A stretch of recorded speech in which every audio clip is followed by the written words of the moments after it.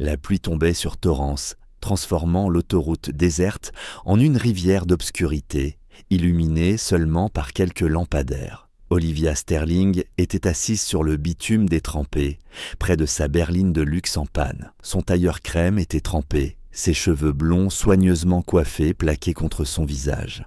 À 34 ans, elle était CEO du Sterling Media Group, habituée à tout contrôler, à dominer chaque salle de réunion. Mais ce soir-là, elle était totalement impuissante. Son téléphone s'était éteint depuis 1 heure, sa voiture était tombée en panne au milieu de nulle part, et elle n'avait pas vu passer un seul véhicule depuis ce qui lui semblait une éternité. La tempête était arrivée sans prévenir, la prenant au piège sur une route de campagne qu'elle avait choisie pour éviter la circulation en rentrant d'une conférence d'affaires. Quand des phares apparurent enfin à travers la pluie, Olivia se leva brusquement, agitant les bras, bien consciente de son air désespéré et trempé. Le véhicule ralentit, une dépanneuse à la peinture bleue délavée et à la lumière clignotante. Elle s'arrêta et un homme sortit côté conducteur. Il avait la trentaine, des cheveux bruns et une carrure solide, celle d'un homme habitué au travail manuel. Il portait un jean et un t-shirt gris déjà trempé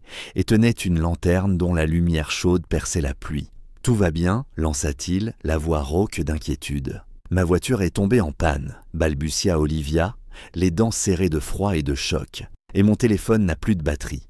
Je suis coincé ici depuis plus d'1 heure. » L'homme s'approcha rapidement, ses bottes éclaboussant les flaques derrière lui. Olivia remarqua un petit garçon de 7 ou 8 ans à peine qui les observait depuis la cabine du camion, les yeux grands ouverts sous un imperméable jaune trop grand pour lui. « Laissez-moi jeter un œil, » dit l'homme en s'accroupissant près du capot avec sa lanterne. Il examina le moteur avec des gestes sûrs et précis. Quelques minutes plus tard, il se redressa, la pluie coulant sur son visage. « Votre liquide de transmission est complètement vide, » dit-il. « Vous avez dû rouler avec une fuite depuis un moment.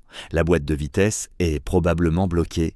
Vous ne irez nulle part cette nuit sans une réparation majeure. » Olivia sentit la panique lui serrer la poitrine. « Mais je dois rentrer en ville. J'ai une réunion importante demain matin. »« La ville est à 2 heures d'ici, par beau temps, » répondit-il doucement. « Avec cette tempête, comptez au moins 3 heures, et encore, si les routes ne sont pas complètement inondées. Tous les hôtels dans un rayon de 80 km seront pleins. Les gens quittent l'autoroute pour attendre que la pluie cesse. Alors, qu'est-ce que je suis censé faire ?» demanda Olivia, haïssant le tremblement de sa voix. L'homme hésita, mal à l'aise. « Je peux remorquer votre voiture jusqu'à mon garage et vous prêter mon téléphone pour appeler quelqu'un. Mais franchement, personne ne viendra par ce temps. Les routes sont dangereuses et il est presque minuit. » Olivia regarda autour d'elle. L'obscurité, la pluie sans fin, l'isolement total de cette portion d'autoroute. Elle était glacée, trempée, épuisée et plus vulnérable qu'elle ne l'avait été depuis des années. « Je peux dormir dans votre camion ?» murmura-t-elle, les mots lui échappant avant qu'elle ne puisse les retenir. « Je ne veux pas m'imposer, mais je n'ai nulle part où aller. Je vous paierai ce que vous voudrez. Je veux juste un endroit sec et sûr jusqu'au matin. » L'homme se figea, la regardant avec une expression indéchiffrable. Pendant un long moment, il ne dit rien. Olivia sentit la honte la submerger. Elle, Olivia Sterling, CEO d'un empire médiatique, était en train de supplier un inconnu de la laisser dormir dans une dépanneuse. « S'il vous plaît », ajouta-t-elle d'une voix à peine audible, « je sais que ce n'est pas approprié, mais je suis désespérée. » L'homme sembla enfin prendre une décision. « Je m'appelle Ethan Cooper, » dit-il. « C'est mon fils, Jake, dans le camion. Nous habitons à une dizaine de minutes d'ici.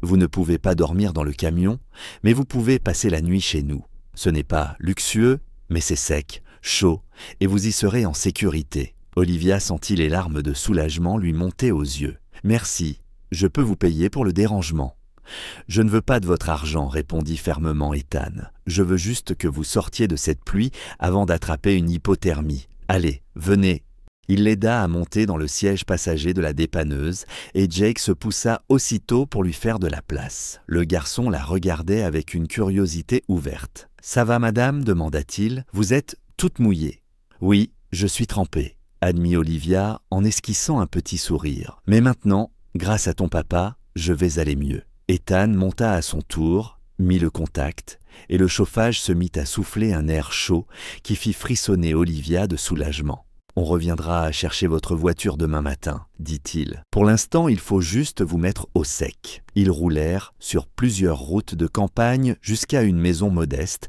avec un garage attenant qui servait clairement d'atelier de mécanique. La maison, petite mais bien entretenue, avait une lumière de porche qui brillait chaleureusement à travers la pluie. À l'intérieur, l'air était chaud et habité, avec des jouets éparpillés sur le sol et des photos couvrant les murs. Ethan disparut quelques instants, puis revint avec une serviette et des vêtements secs, un pantalon de survêtement et un sweat beaucoup trop grand pour Olivia, mais propre et chaud. « La salle de bain est au bout du couloir, dit-il. Vous pouvez vous changer et vous sécher. Je vais faire du café. » Quand Olivia ressortit de la salle de bain, se sentant presque humaine à nouveau dans les vêtements secs et confortables, elle trouva Ethan et Jake dans la cuisine. Ethan préparait du café tandis que Jake était assis à la table avec un chocolat chaud et des biscuits, continuant de l'observer avec fascination. « C'est une princesse » chuchota Jake à son père, assez fort pour qu'elle entende. « On dirait une princesse, même dans tes vieux habits. » Ethan sourit. « Ce n'est pas une princesse, mon grand. C'est juste quelqu'un qui a passé une mauvaise soirée et qui avait besoin d'un coup de main. Je m'appelle Olivia, dit-elle en s'asseyant à la table. Et merci, Jake. C'est la plus gentille chose qu'on m'ait dite depuis longtemps. » Ethan lui servit du café, et la chaleur de la tasse entre ses mains était presque aussi réconfortante que la bienveillance dans ses yeux. Alors, qu'est-ce qu'une femme au volant d'une voiture à 50 000 $, vêtue de créateur, faisait sur une route de campagne pendant une tempête ? Demanda-t-il doucement. Olivia laissa échapper un petit rire fatigué. Je revenais d'une conférence professionnelle dans les montagnes. J'ai pris la route panoramique pour éviter les embouteillages et pour me vider la tête. J'aurais dû rester sur l'autoroute principale, je suppose. Et quel genre d'entreprise ? Demanda Jake. Je dirige une société de médias, expliqua Olivia. Nous possédons des chaînes de télévision, des journaux et des sites web. C'est une grande entreprise avec beaucoup d'employés et énormément de responsabilités.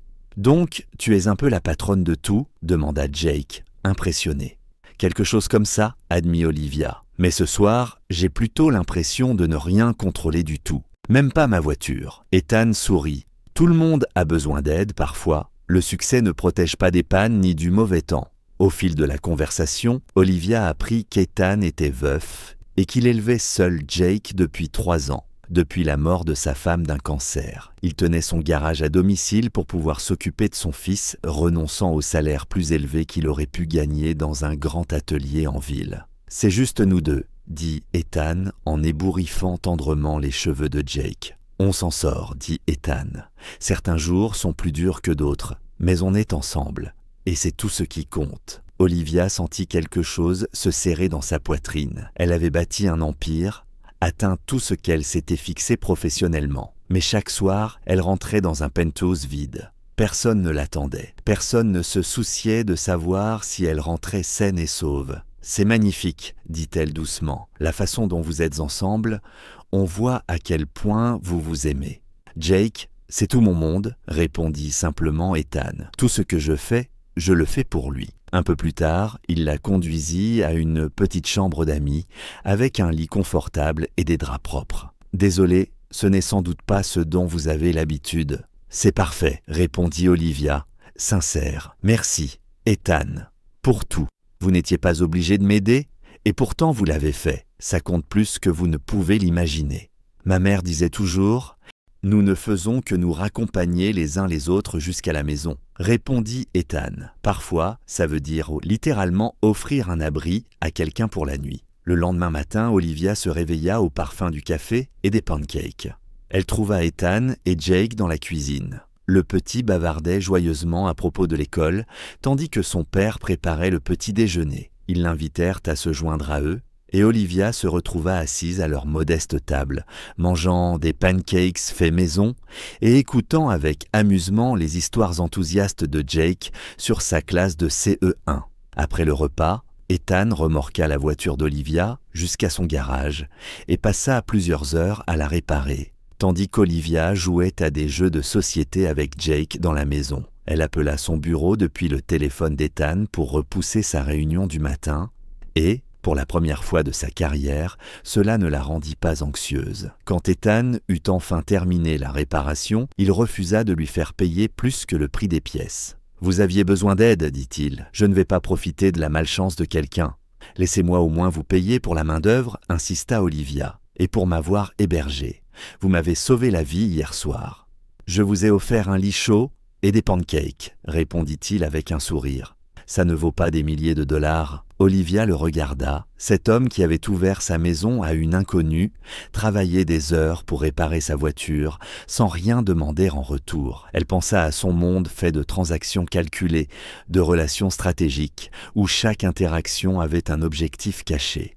« Est-ce que je peux vous inviter à dîner ?» demanda-t-elle spontanément. « Pour vous remercier comme il faut, s'il vous plaît, laissez-moi faire quelque chose pour vous. » Ethan hésita, puis hocha la tête. « D'accord. Mais quelque part où Jake peut garder ses baskets, pas un endroit chic. » Ce dîner en appela un autre, puis encore un.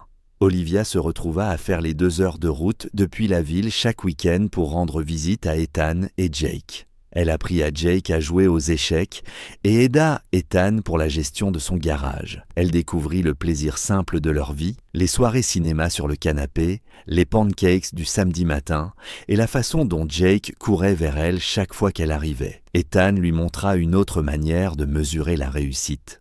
Non pas en chiffres trimestriels ou en parts de marché, mais en moments de connexion et en la satisfaction tranquille d'un travail bien fait. Il ne lui demanda jamais d'argent ni de faveur, ne sembla jamais impressionné par sa richesse ou son statut. Il l'acceptait simplement comme Olivia, pas comme la CEO de quoi que ce soit. 6 mois après cette nuit pluvieuse, Olivia prit une décision qui choqua son conseil d'administration et ses collègues. Elle démissionna de son poste de CEO, nommant un dirigeant de confiance pour la remplacer. Elle s'installa dans la petite ville où vivaient Ethan et Jake et ouvrit un cabinet de conseil qui lui permettait de travailler à distance, tout en étant présente pour la nouvelle vie qu'elle construisait. « Tu es sûr de toi ?» demanda Ethan, le jour où elle emménagea dans une maison à quelques rues de chez lui. « Tu abandonnes beaucoup de choses. »« Je n'abandonne rien, » répondit Olivia. « Je gagne tout. La nuit où ma voiture est tombée en panne, j'étais réussie, mais malheureuse. J'avais tout, sauf l'essentiel. Le lien, l'amour, le sens, au-delà du profit. Toi et Jake m'avez montré ce qui me manquait. » Elle lui prit la main. « Je suis tombée amoureuse de toi le moment où tu m'as offert un abri sans rien demander en retour. Je suis tombée amoureuse de Jake quand il m'a appelée « princesse » alors que je portais un survêtement 3 tailles trop grand. Je suis tombée amoureuse de cette vie où les gens comptent plus que les affaires et où la gentillesse vaut plus que l'efficacité. » Ethan sourit et la serra dans ses bras. « Je suis tombé amoureux de toi quand tu m'as demandé si tu pouvais dormir dans ma voiture. J'ai vu au-delà des vêtements de créateur et de la voiture de luxe, la personne vulnérable dessous qui avait simplement besoin d'aide. C'est d'elle que je suis tombé amoureux. De la vraie toi, pas de la CEO. » Ils se marièrent 1 an plus tard, lors d'une cérémonie simple dans le jardin d'Ethan, avec Jake comme porteur d'alliance, proclamant fièrement que son papa épousait une vraie princesse. Olivia conserva son cabinet de conseil, mais trouva sa plus grande joie dans le fait de faire partie d'une famille, d'être la belle-mère de Jake et de bâtir une vie mesurée non en dollars, mais en amour. Parfois, nos plus grandes bénédictions naissent de nos pires moments, de ces nuits où l'on tombe en panne sur une route déserte sous la pluie. Et parfois, ceux qui nous sauvent ne sont pas ceux que l'on attend, mais ceux qui nous voient vraiment et nous tendent la main sans rien demander en retour. Si cette histoire vous a touché, n'oubliez pas de cliquer sur « J'aime » et de vous abonner à la chaîne pour découvrir d'autres récits émouvants, intenses et pleins de surprises. Dites-nous en commentaire d'où vous nous regardez dans le monde, nous aimons vous lire. À très bientôt, restez bienveillants, restez curieux et continuez à nous suivre.